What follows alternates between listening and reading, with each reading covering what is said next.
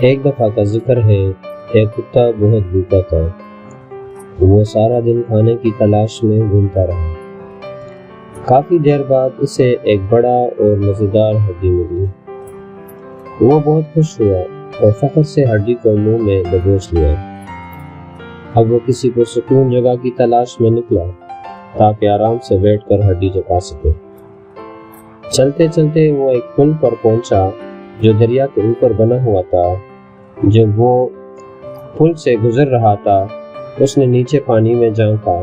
پانی میں اسے اپنا ہی عکس نظر آیا، لیکن وہ یہ نہ سمجھ سکا کہ وہ اس کی اپنی ہی پرچھائی ہے۔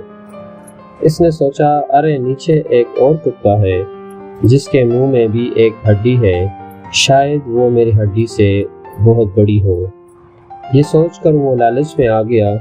اس نے وہ ہڈی بھی حاصل کرنے کے لیے زور سے بھونکنا چاہا، مگر جیسے ہی اس نے منہ کھولا تاکہ بھونکے، اس کے اپنے منہ کی ہڈی نیچے دریا میں گر گئی۔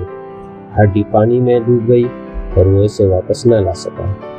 اب وہ بیچارہ کتا اداس ہو کر خالی ہاتھ گھر واپس لوٹ گیا، کیونکہ وہ جو ہڈی اس کے پاس تھی وہ بھی اس نے کھو دی۔ اس کا نتیجہ، لالچ بری بلا ہے۔ اگر تم ہمیشہ دوسروں کی چیزوں کا لالچ کرو گے اور اپنے پاس جو ہے اس پر خوش نہیں رہو گے، تو جو کچھ تمہارے پاس ہے وہ بھی کھو بیٹھو گے۔ اس لیے جو کچھ ملے اس پر شکر ادا کرو۔